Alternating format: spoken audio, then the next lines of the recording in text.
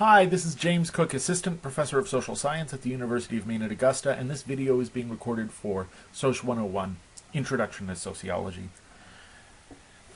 Today we're going to be thinking about deviance, crime, the distinction between the two, and how both can be thought of as sociological, as opposed to theological, as opposed to biological. Now, not all deviance is crime, and not all crime is deviance, although deviance is the violation of a norm that is upheld by a society. Crime is the violation of a formal law. Sometimes we can have behavior that is deviant, but is not criminal. For instance, someone wearing a blue mohawk on their head.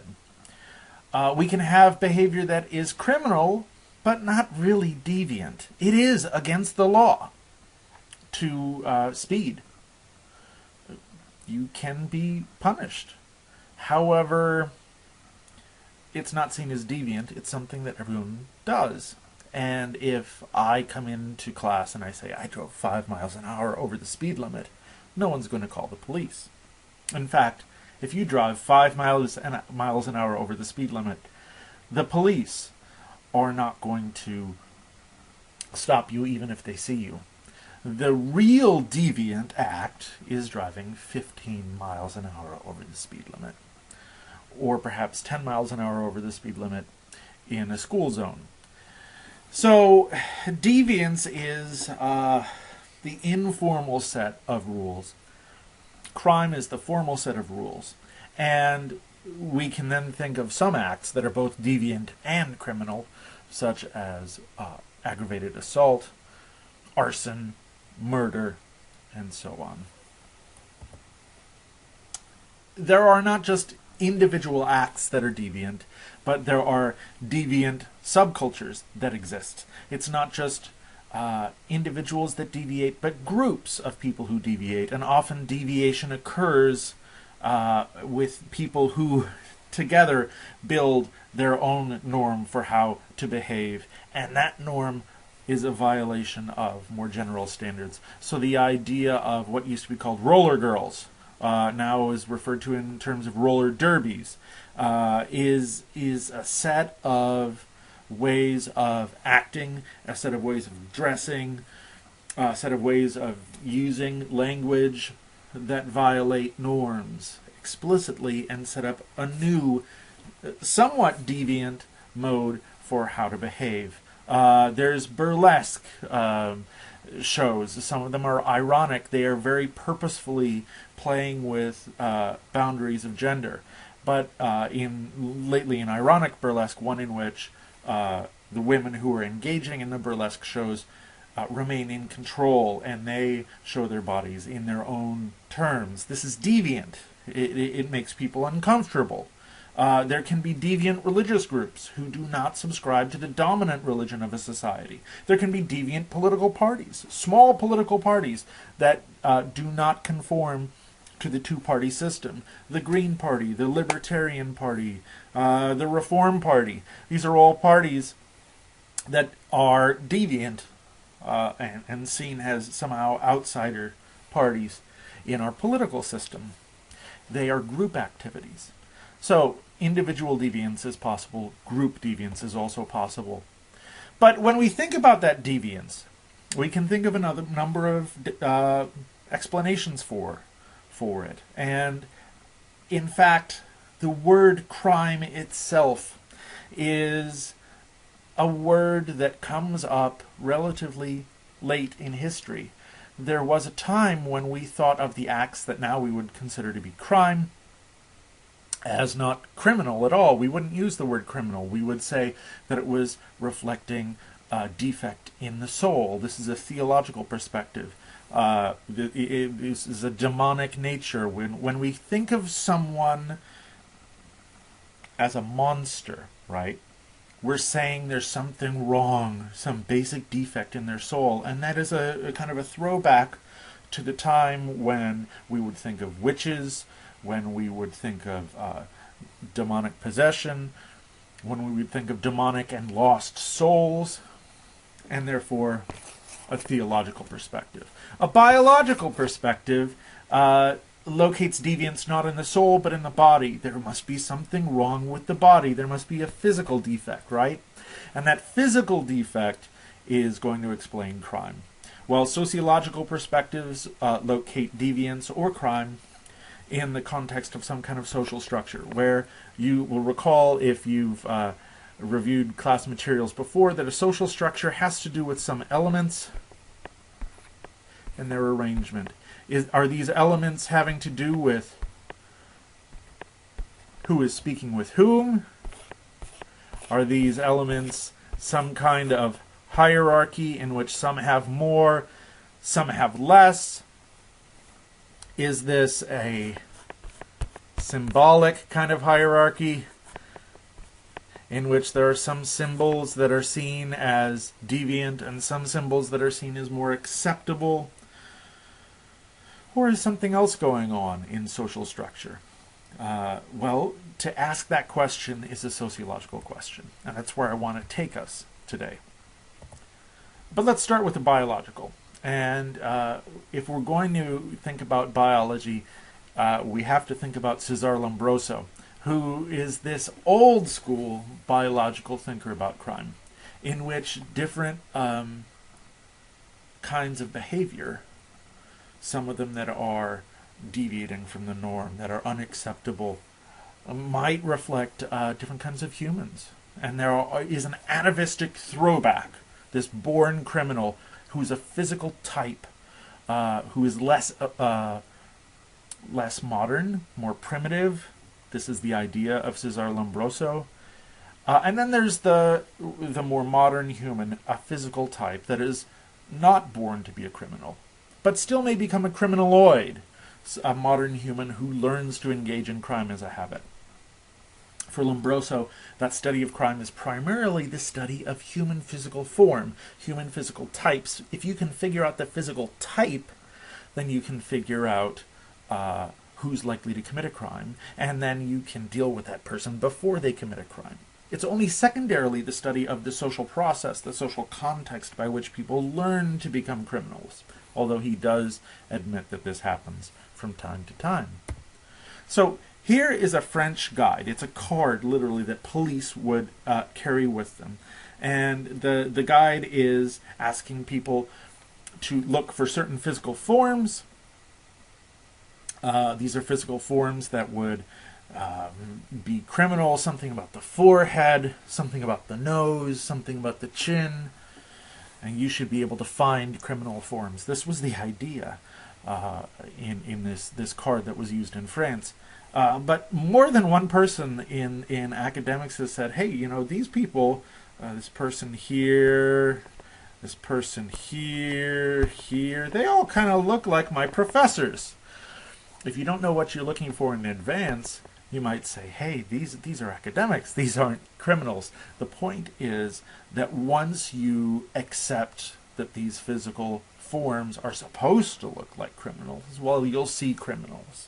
But if you don't accept that, if I told you that this card was for something else, you might have thought these physical forms were going to identify something else, something that might be acceptable.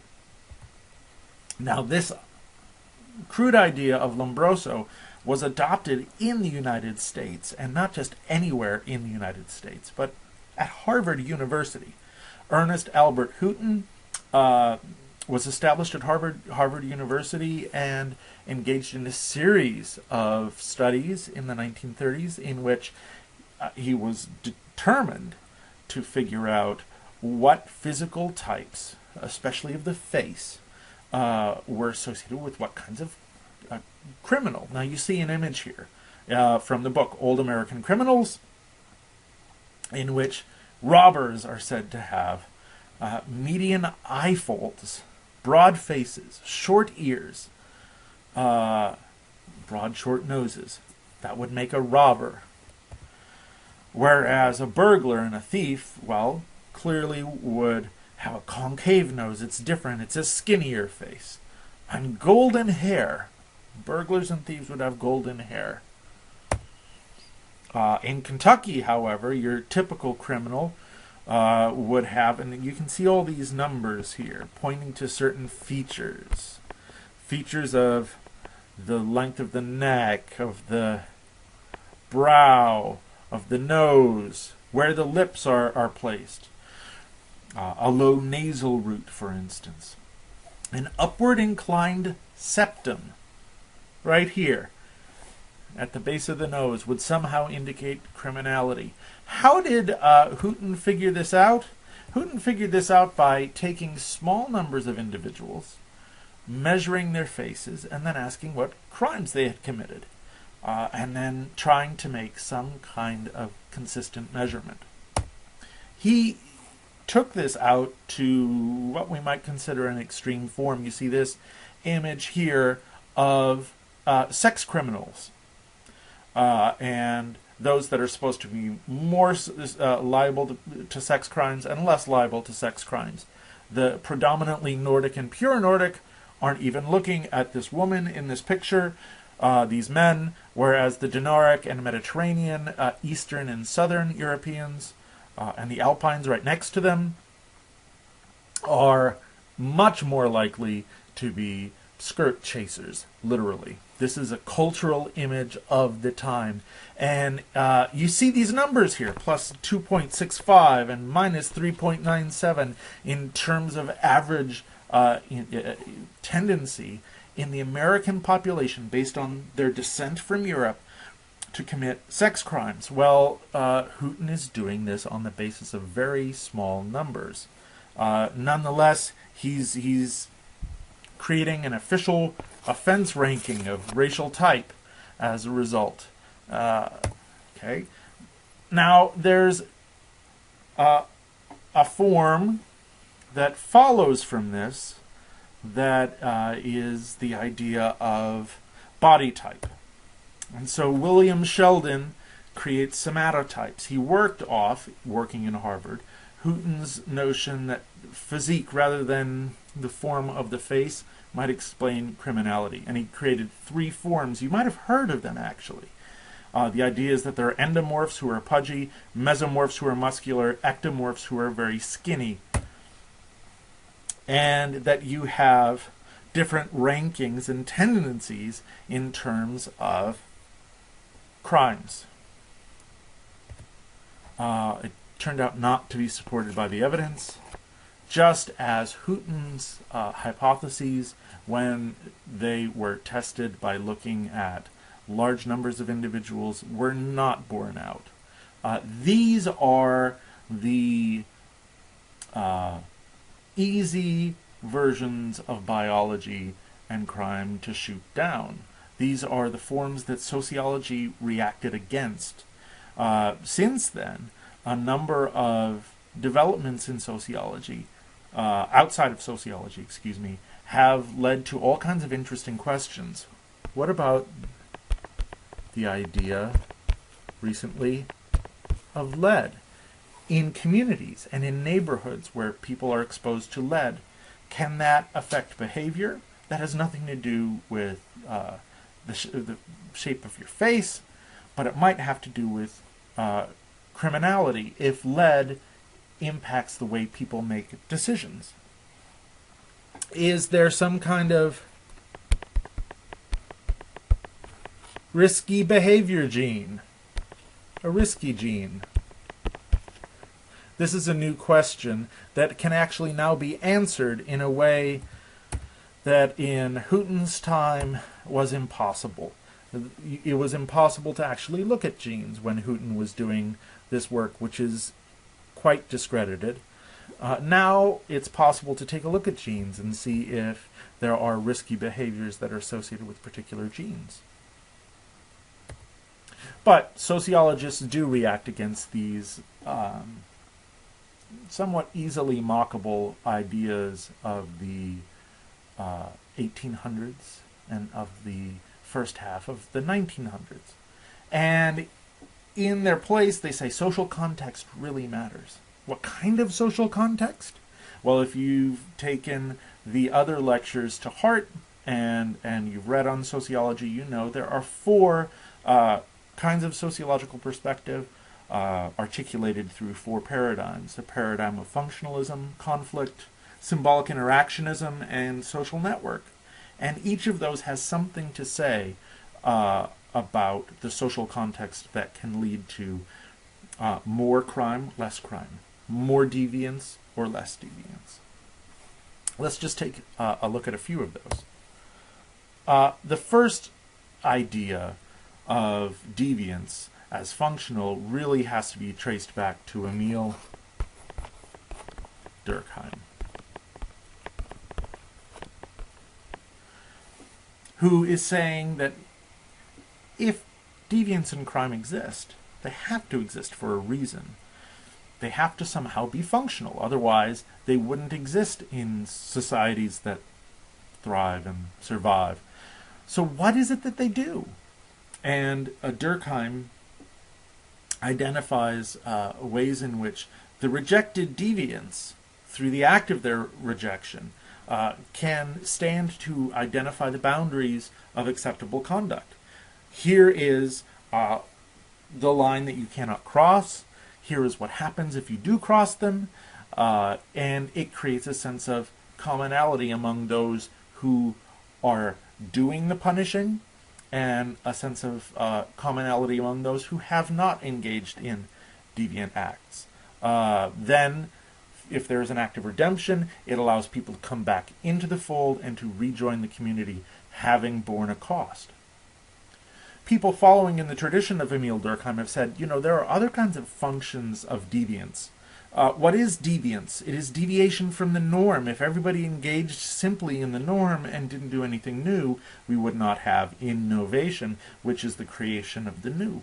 So the whole idea that deviant acts or trials, they are ways of seeing if something new might work, even if you risk a bit of social rejection. That's powerful.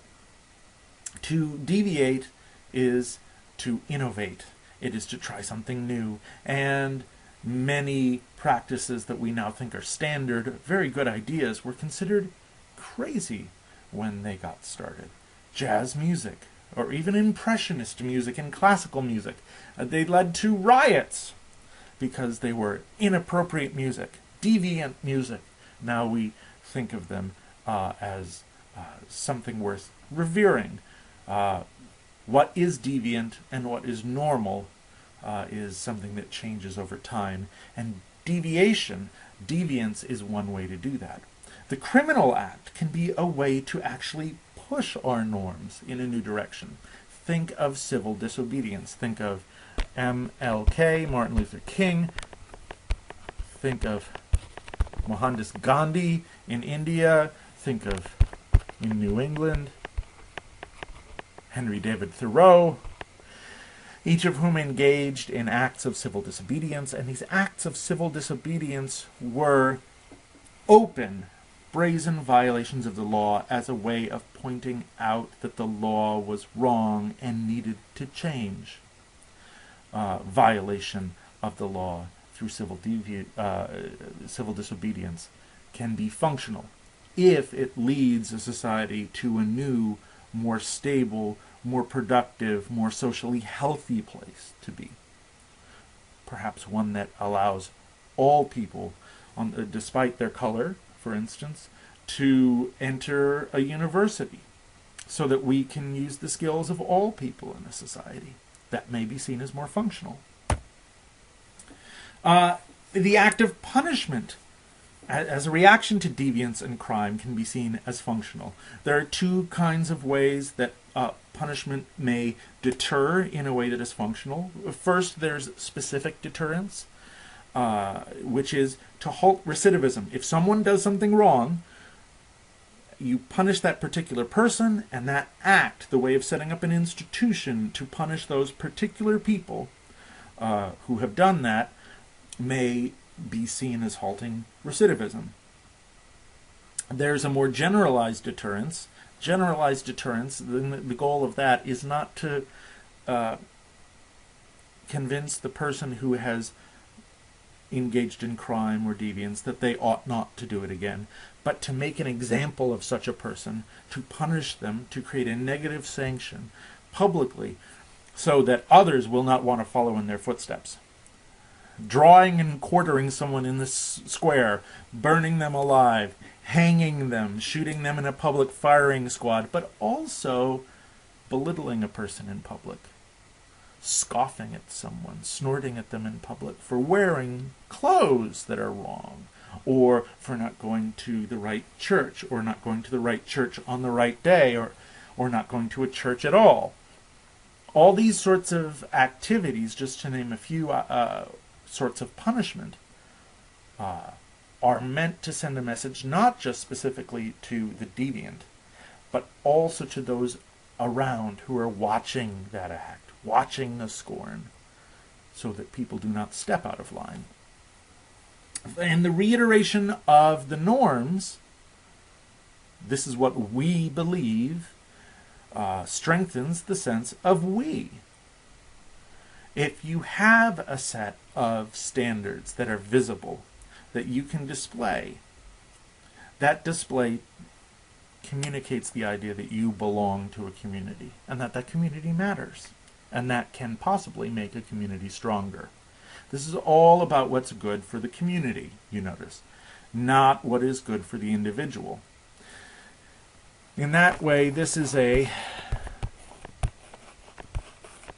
macro level theory. Again, functionalism is a paradigm that's at the macro level, and it talks about institutions like punishment, institutions like the criminal justice system, like the penal system, that are there in order to instruct, that are there in order to make examples, that are there in order to keep people in line, whether it feels good to them or not, as individuals, in order to promote the health and stability of society overall. Now, very different is conflict theory, which says, right, that there are these different positions in society, some of which have more power, some of which have less power, and each of these positions has certain interests associated with them. And those interests often differ, and when they differ, you will find this fight, this competition, this conflict to see who can marshal resources in order to win this conflict and in order to gain advantage for that position.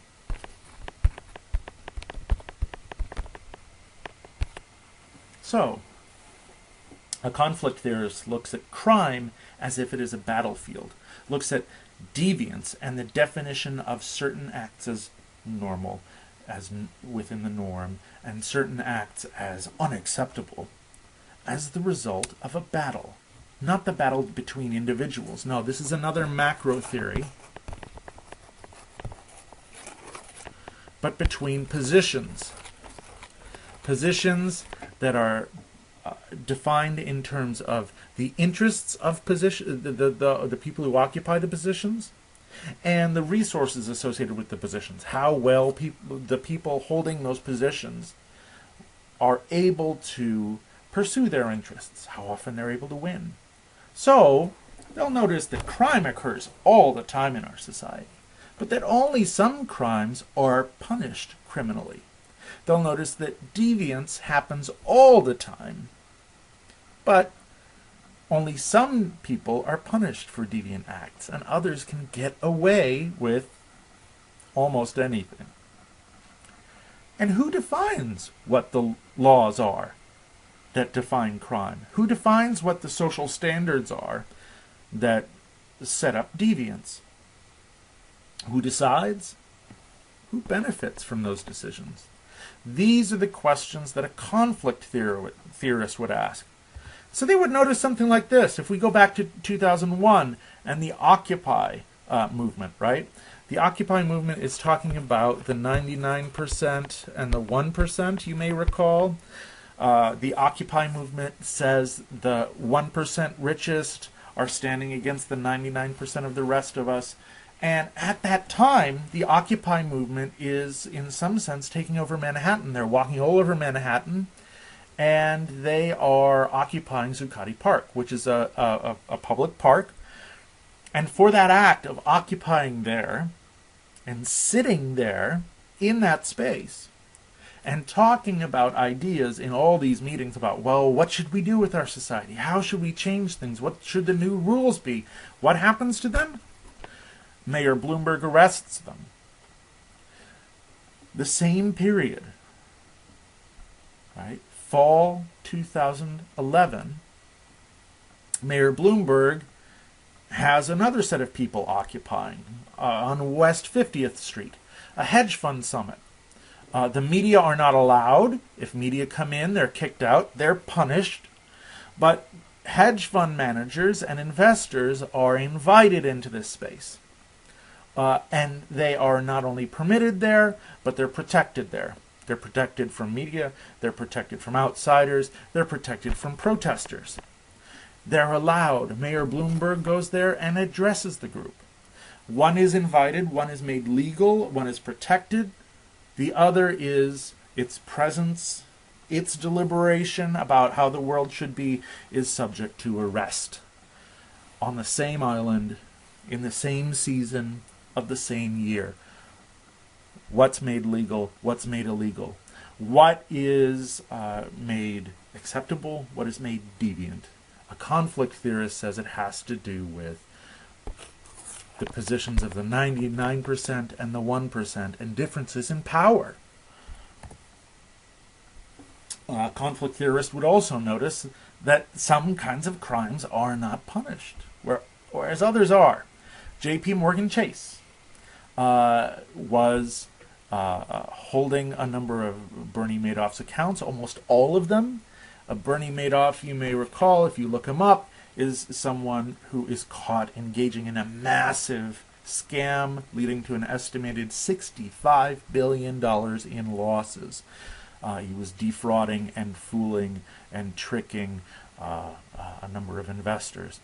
So it turns out J.P. Morgan Chase executives knew about that scam, and they failed to report it as they were required to under the law. But it turns out that those executives don't go to jail, even though that resulted in the fraudulent taking of $65 billion. $65 billion lost. That's a lot of money, right? So instead, J.P. Morgan Chase is able to continue its business, which it is doing to this day, and it just has to pay a $1.7 billion fine. Far out of scale of the $65 billion in loss, and it's settled out of court. No criminal charges are pursued. The executives continue. The corporation continues. Now, imagine you rob a bank. If you are engaged in a bank robbery and you take $2,000, what can you expect the punishment to be? You're going to spend a lot of time in jail. A conflict theorist notes the difference. It says some acts are criminal here, other ones people get away with. And they're free to play another day. Who wins? Who loses? Under the way the system is set up? Who benefits? That's the question that a conflict theorist would ask. Well, what's the result of sending people to prison? The United States has an incarceration rate, as your textbook notes, that has gone up and up and up and up and up. We have one of the highest incarceration rates on the planet. One of the interesting things that started to happen is that there are now prisons for profit.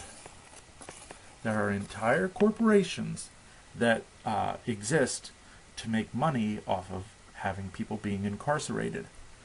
There are, therefore, groups that have a vested interest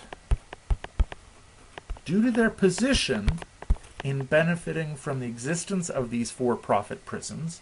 They have an interest in the continuation of incarceration.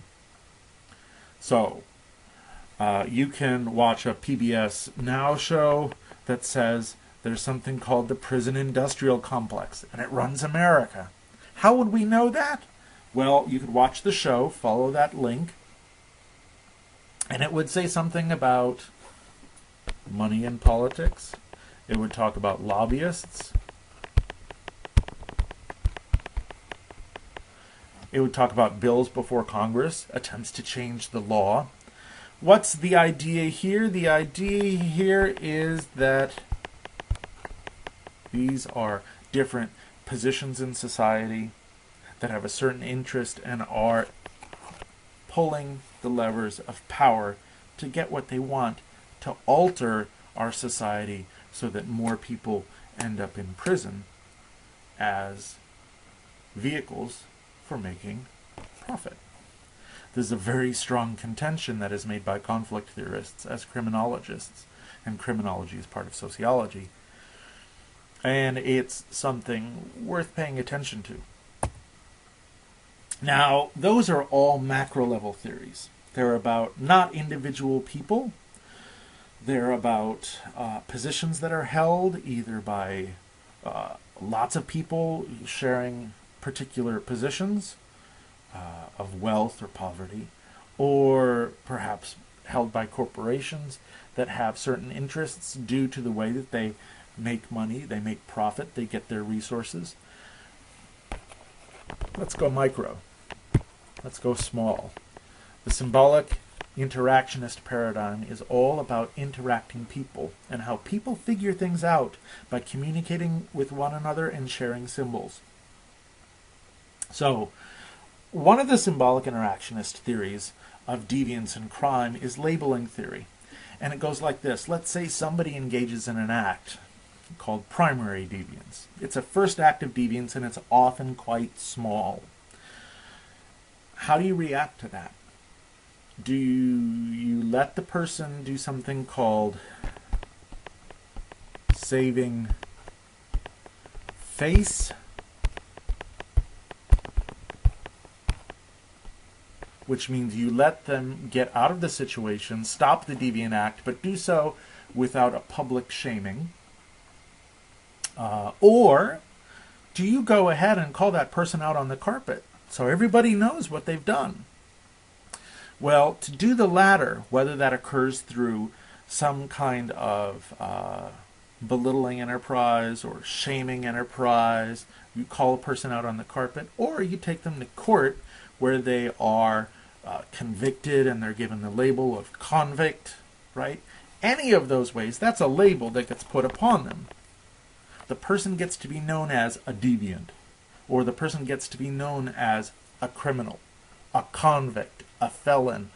What happens once that label is applied? Well, especially if it's done by a recognized authority, that person is rejected. That person is not seen as normal. If you are in my class, you have read in your textbook about the work of Deva Pager, who has done work seeing how easy it is for someone given the label of a convict to get a job. The answer is really hard. Really, really hard. So, the regular avenues for success are no longer open to that person. So, after a person is rejected again and again and again for that label, which hangs around their neck and is really visible, can they come to accept that label? Yeah, and if so, well, if I'm going to be called a criminal, I might as well engage in criminal acts, especially if I have no other choice. That is secondary deviance. Secondary deviance is the later act of deviance, often more serious and more chronic, that is made by a person who has been labeled deviant. Now, if this is all true, if labeling theory is true, then the last thing you would want to do is bring that person out on the carpet, especially if there's a mild to moderate form of deviance or a very mild form of crime. Instead, you want to bring them over. You want to get them a path back to normality, to the norm, the social norm, right, for behavior, so that they can rejoin society and not be so labeled, so they can avoid the path of permanent chronic deviance or permanent chronic crime. That's what labeling theory is all about. And it's all about expectations and the symbols that people either have hung about their neck or that they hang about other people's necks, right? Those symbols have effects. And because they have effects, they are real, even though they're just labels, right? Those labels can have a reality to them if you're a symbolic interactionist. There are other kinds of symbols that we can put out there. The symbol of a broken window in a society, right? In a block. When you see that broken window, here's a hole. What does that mean to you as you're walking down the street? Does it mean that this is a block where people don't care about their property? What kind of symbol does that send to you? Oh, I could get away with a lot here. Does that mean more crime is going to come to that area? This is the notion of broken windows theory. That this is a physical sign, literally a social symbol signaling to other people this is an okay place to deviate from the norm of having everything in order, everything fixed, everything in a row. So if you want to deviate, come here. And attracting further disorder. So first, Philip Zimbardo, who set up the Stanford prison experiment that you also read about in your chapter, he set up a vandalized car and saw what people would do to it. All kinds of things that they would not do to a normal car. And then Kelling, a criminologist, and James Wilson, behavioral economist, set up this broken windows theory in an article in the Atlantic magazine in 1982, which results in a whole generation of new approaches to stopping crime. You stop crime by setting up a community order. You don't allow litter, you don't allow vandalism, you take down graffiti as soon as it comes up, you make sure the windows are fixed in an area, places are nice and clean, and the hope is that crime will go down as a result. And you have a zero tolerance then for minor acts of deviance, because the thought is that that's a gateway. It's going to signal all other people to come and do even worse things. That's all about people. It's micro. It's symbolic interactionist. Now, a kind of theory that takes on symbolic interactionism and also draws from the social network perspective is differential association theory. And the idea is that you may have these two camps here, and they're, this is the norm, and this is the deviant side, and that every person has pulls to one side, pulls to the other side. Well, which side do they end up on? It's like a tug of war. Which side is pulling more strongly? Among your associates, the people that you spend time with, do you have a greater preponderance of people behaving according to the norm, people behaving in a formal sense, possibly according to the law, or do you have more people who are violating the law, who are violating norms and are deviant, even if they're not criminal? Well, those people pull you more into deviant activities or normal activities. And the idea is if you can just figure out who a person's friends are, who a person's coworkers are, who a person's neighbors are, who they associate with, you'll know what they will do. You'll know who they will be. And so one of the things, this is according to Edward Sutherland, who develops this theory, that you would want to do if you want to stop crime, and you want to keep a person from committing a crime, is that you want to change their peer group. If someone is just getting out of jail and they've been a felon, they're an ex-convict, what's the last thing you would want to do if you are a differential association theorist? You would not want to just let them go back to their home and pick up their life with their old friends, who presumably would also be criminal. Instead, you want to control their associations. Maybe you want to put them in a halfway house in a neighborhood that is far away from where criminal behavior is situated. The trouble with that kind of policy is that where are communities going to allow halfway houses to be? Not in the nice parts of town, not in the high rent parts of town, because the people in the high rent parts of town pay attention and they will say, "Oh, we don't want criminals around our children." Why? Because they're going to get them involved in bad things. So then you have the problem of, well, where do you put a halfway house? Where are you trying to change someone's life by changing their social environment? Do you put it back in the neighborhood where there's a lot of crime? Or do you try to find somewhere else to put it?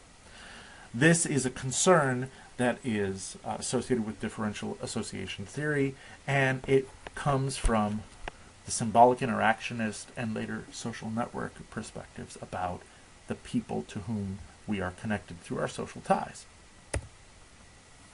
The point I want to make here is that you really should be skeptical when you hear people say about crime, it's just the way it is. It's just wrong.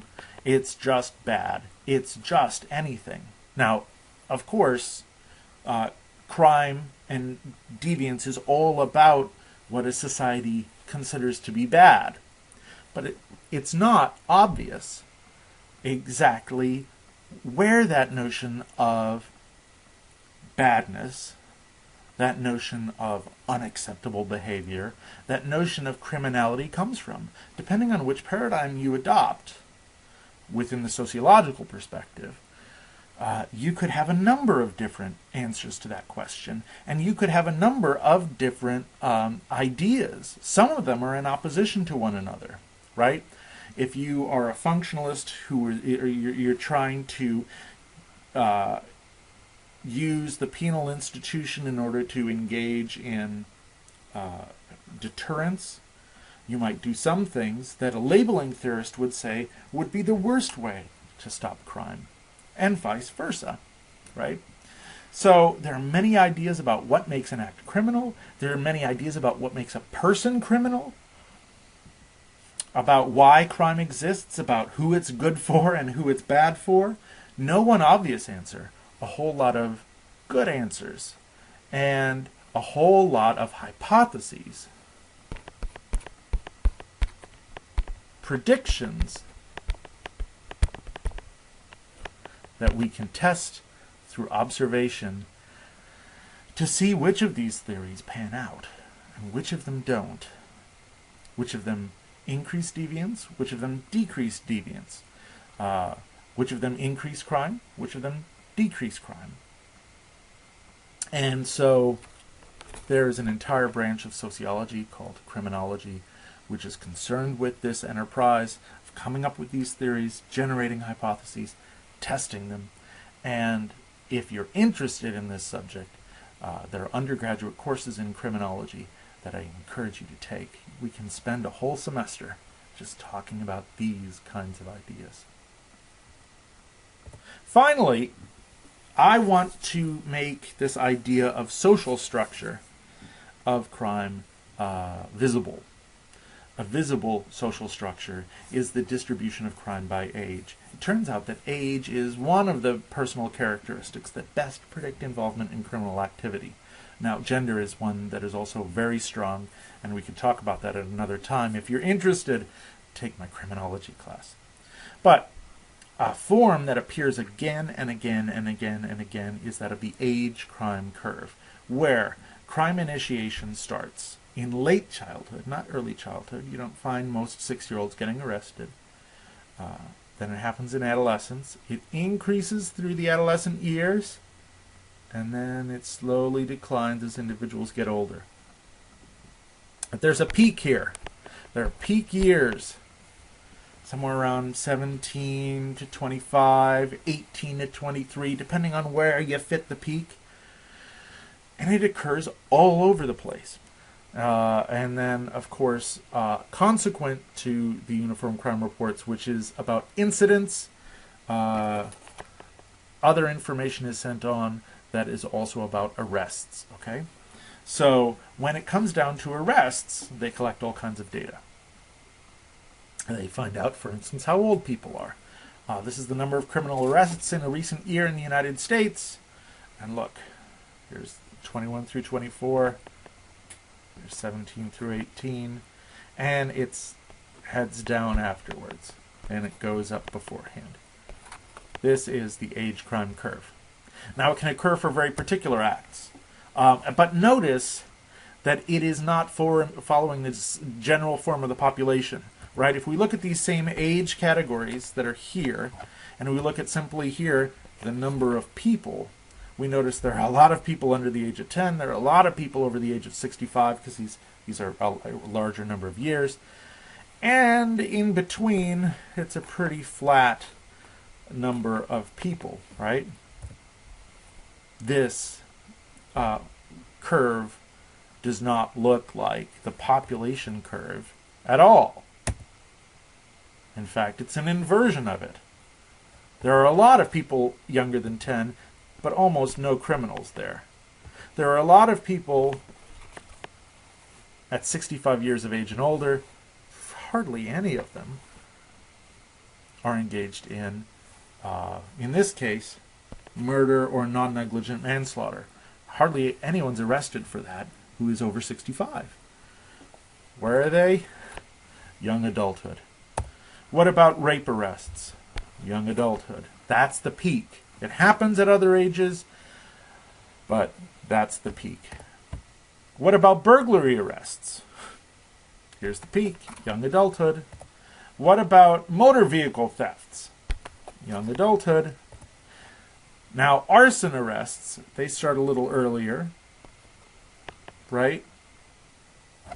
And then they decline later.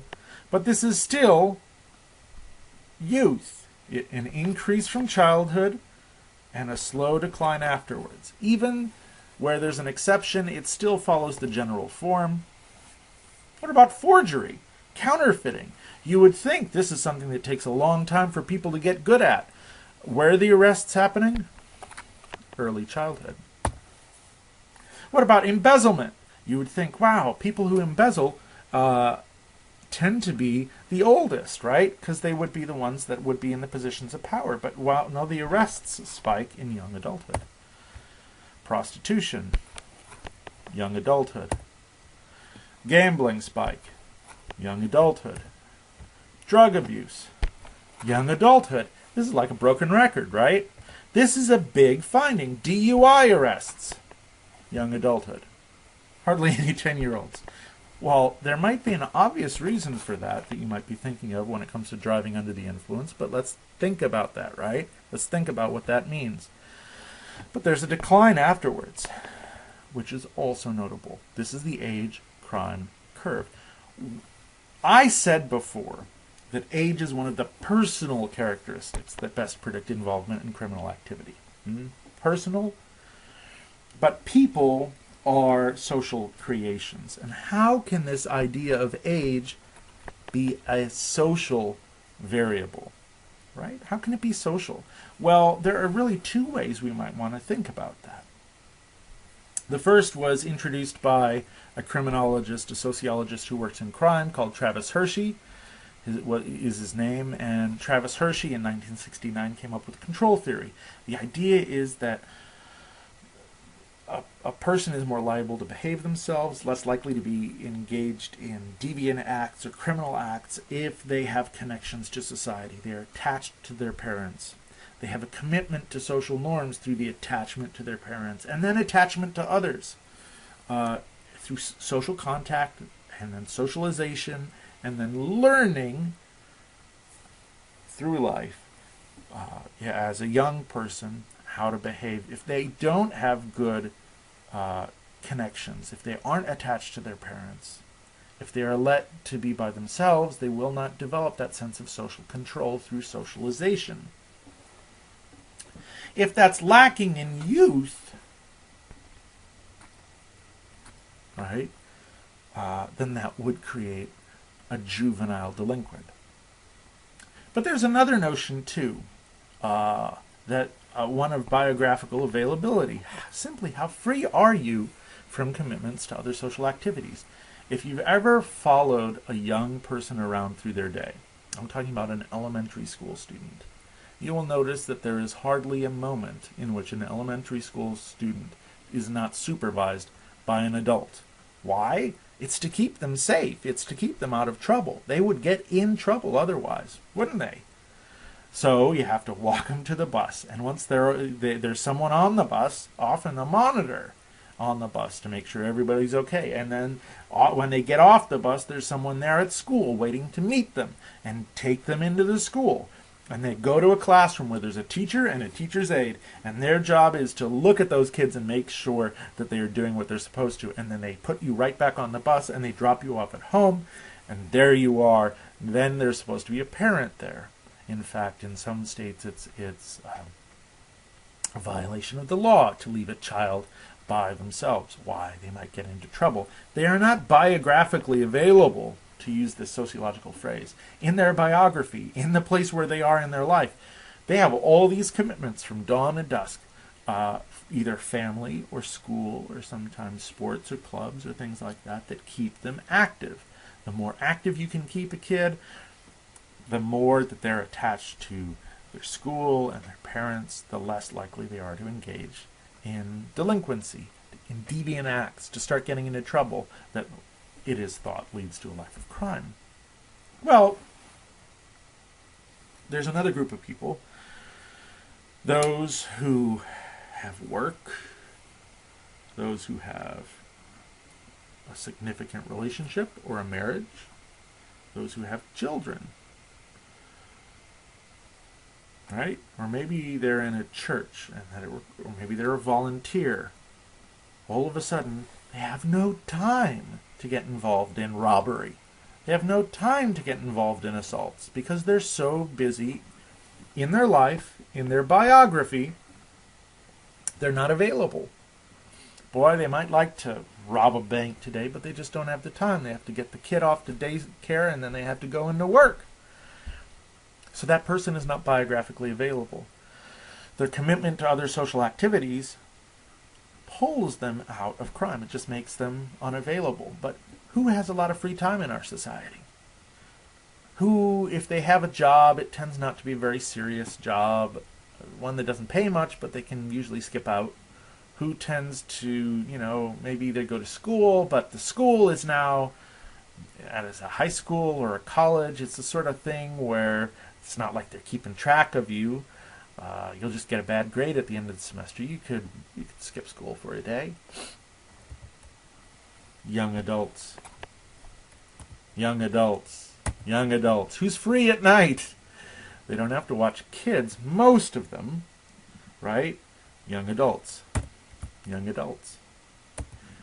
What are they going to do? They're going to innovate.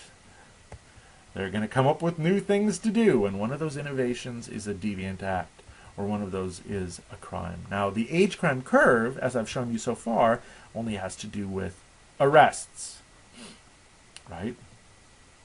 Only has to do with arrests. Think about arrests for some of these activities.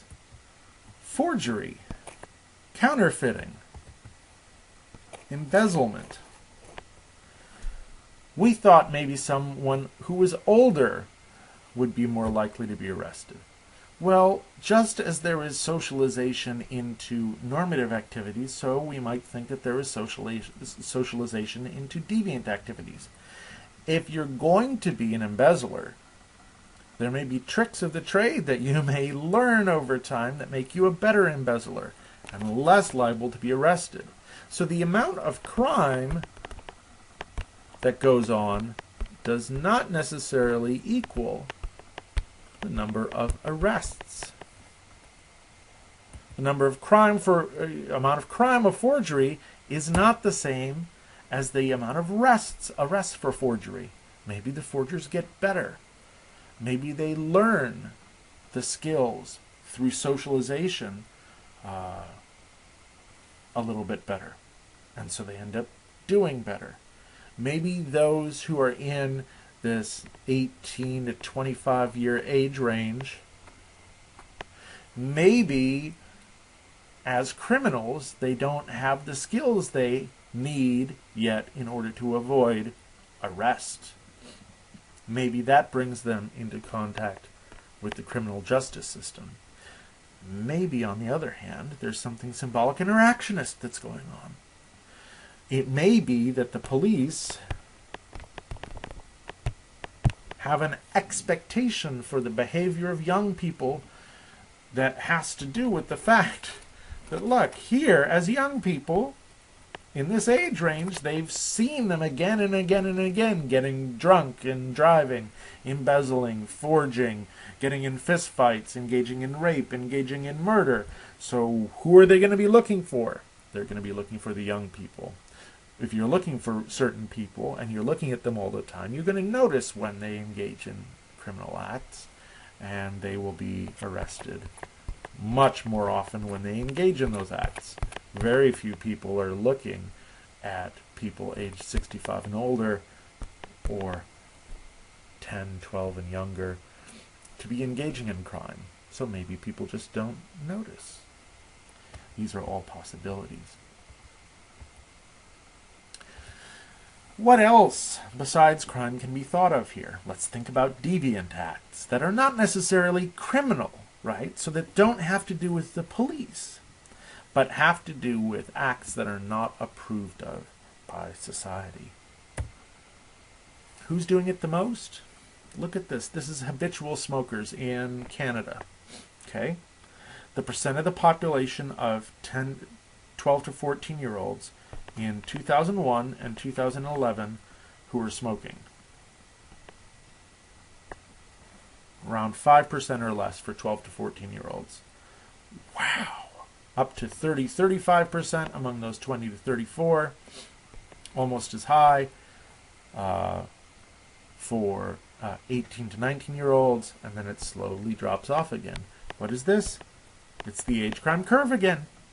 There it is. Young adults, most likely to be engaged in this deviant act, even though it's not criminal. What about drinking 5 or more alcoholic drinks at a time? Having engaged in binge drinking is the idea. Once within the last year. What's the proportion of Canadians who have done that? Looking again from Statistics Canada, where's the peak? Where does it drop off? Young adulthood, right? It'd be nice to break this apart and see, are the 34-year-olds lower than the 20-year-olds and the 22-year-olds? We don't really know. But we do know that there is a peak in young adulthood and a decline thereafter. So even when it's not a crime, it's not just who the police are looking for, right? Because here you can't really be arrested in Canada for binge drinking, right? And this is a self-report.